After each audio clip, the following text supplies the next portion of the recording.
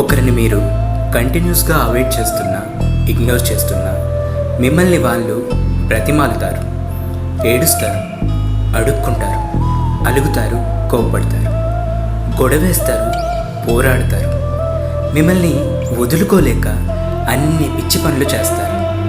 ఇలాంటి స్టేజ్కి అయినా దిగజారిపోతారు. కానీ ఒక్క పాయింట్ ఆఫ్ టైంకి పైన వాళ్ళే సైలెంట్గా అయిపోతారు. ముందులాగా మాట్లాడకుండా, మీ వెంటపడి గొడవ వేయకుండా, బ్రతిమాలుకోకుండా, ఏడవకుండా, పిచ్చోళ్ళలాగా అడుక్కోక సైలెంట్ అయిపోతారు.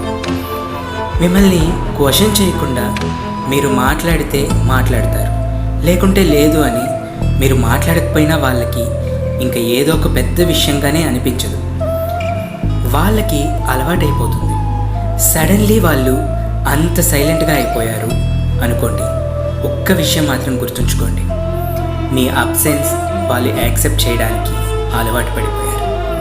వాళ్ళు ఇంకా వాళ్ళ మనసుకి మీరు లేరు అని చెప్పడం అలవాటు చేసుకోవడం నేర్చుకునేశారు అనుకోండి. మీరు కావాలి, మీతోనే ఉండాలి అని ఎంతగా మీ వెంటపడి పోరాడి పోట్లాడి వచ్చారో అంతకంత వాళ్ళే వాళ్ళని మీకు దూరంగా పెట్టుకోవడం అలవాటు చేసుకునేస్తారు. ఇన్ఫ్యాక్ట్ అదే నిజం కూడా. అందరి జీవితంలో రియల్గా జరిగేది అదేలే. సో ఒక బంధాన్ని దారపోసుకునే దానికంటే ముందే, దారపోసుకున్నాక వెతకడం కంటే ఉన్నప్పుడు వదులుకోకుండా కాపాడుకోండి. ఎందుకంటే కొన్ని బంధాలు ఒక్కసారి చేజారిపోతే ఇంకా మీరు ఎంత ప్రయత్నించినా చాలా కష్టం.